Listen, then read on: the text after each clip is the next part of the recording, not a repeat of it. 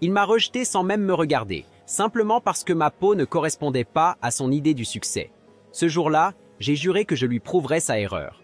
1 an plus tard, le destin a inversé les rôles, et c'est lui qui devait me supplier pour un emploi. Tout a commencé un lundi matin lorsque je me suis retrouvé face à un homme qui, sans même me regarder, avait déjà décidé que je ne méritais pas cette opportunité. Son nom était Marc, un responsable du recrutement connu pour son arrogance et ses préjugés. Je me souviens encore de son regard froid et de son ton condescendant. Je portais ma chemise blanche soigneusement repassée, un sourire sincère et un dossier plein d'espoir. Mais dès qu'il a vu la couleur de ma peau, j'ai senti la barrière invisible s'élever entre nous. Il a feuilleté mon CV sans vraiment le lire, puis m'a posé des questions pièges, juste pour me faire trébucher. À la fin de l'entretien, il a simplement dit « Nous vous rappellerons ». Mais au fond de moi, je savais que ce « nous » signifiait « jamais ». En quittant son bureau, j'ai ressenti à la fois la colère et la détermination. Il avait peut-être le pouvoir aujourd'hui, mais la vie a une façon étrange de rétablir l'équilibre. Les semaines ont passé, et malgré ce rejet injuste, je n'ai pas abandonné. J'ai continué à postuler, à me former, à apprendre. Le rejet de Marc était devenu mon carburant.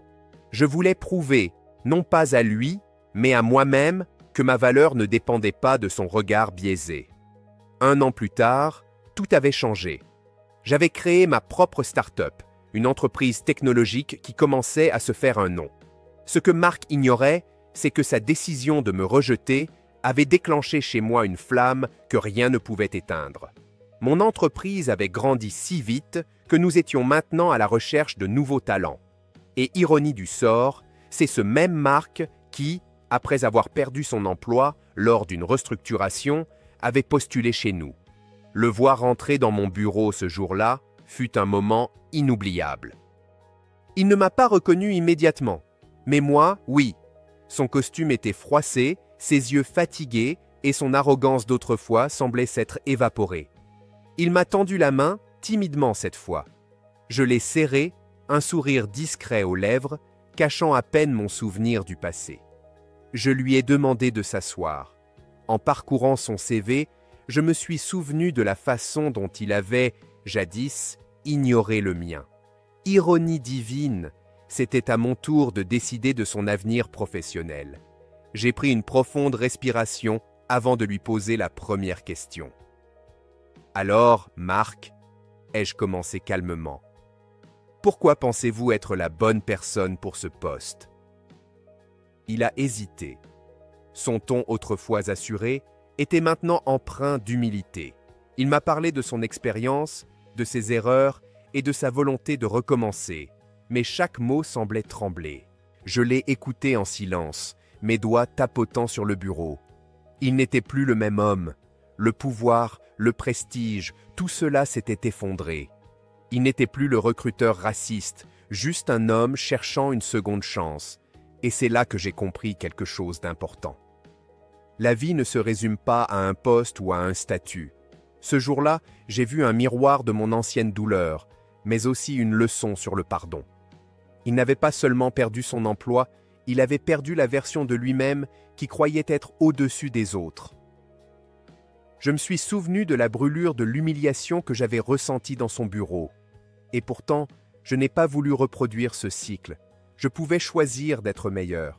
Alors, je lui ai dit calmement, « Marc, tout le monde mérite une seconde chance. » Son visage s'est figé, incrédule. Il ne s'attendait pas à ma clémence. Ses yeux se sont humidifiés. Peut-être de honte, peut-être de soulagement. Ce moment a duré une éternité, rempli d'un silence lourd, mais porteur de transformation. Je lui ai tendu une offre d'emploi, pas comme un geste de vengeance, mais comme un acte d'humanité.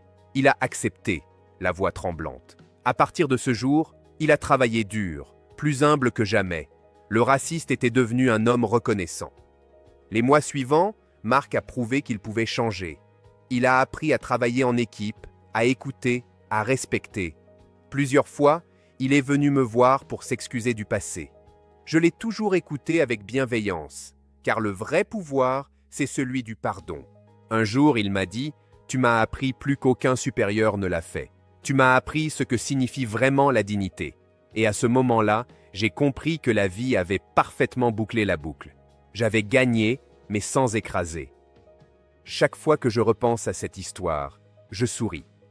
Parce que la justice n'a pas besoin d'être cruelle. Parfois, elle se présente sous la forme d'une leçon de vie, d'une main tendue, ou d'une chance offerte à celui qui avait autrefois fermé les portes. Marc a fini par devenir un allié dans la lutte contre la discrimination. Il utilisait désormais sa propre histoire pour sensibiliser d'autres recruteurs. Comme quoi, le changement est possible, même chez ceux que l'on croyait perdus. J'ai compris que tout ce que nous traversons, même les injustices, peut servir à construire quelque chose de plus grand. Si je n'avais pas été rejeté, peut-être que je ne serais jamais devenu la personne que je suis aujourd'hui. Et chaque fois que je raconte cette histoire, j'espère qu'elle touche quelqu'un. Parce que la vie, d'une manière ou d'une autre, finit toujours par nous mettre face à nos propres actes, parfois en victime, parfois en leçon vivante. La vie est un cercle parfait. Ce que tu donnes, tu le reçois. Marc m'avait rejeté à cause de mes origines, mais c'est moi qui ai fini par lui donner une chance. Le destin ne se trompe jamais. Ne laisse jamais l'injustice te transformer en ce que tu détestes. Utilise la douleur comme un levier pour grandir, pas comme une arme pour détruire. Le pardon est la forme la plus puissante de victoire. Et si cette histoire t'a inspiré, abonne-toi pour plus d'histoires vraies et puissantes comme celle-ci. Parce qu'un jour, ce sera peut-être ton histoire que le monde aura besoin d'entendre.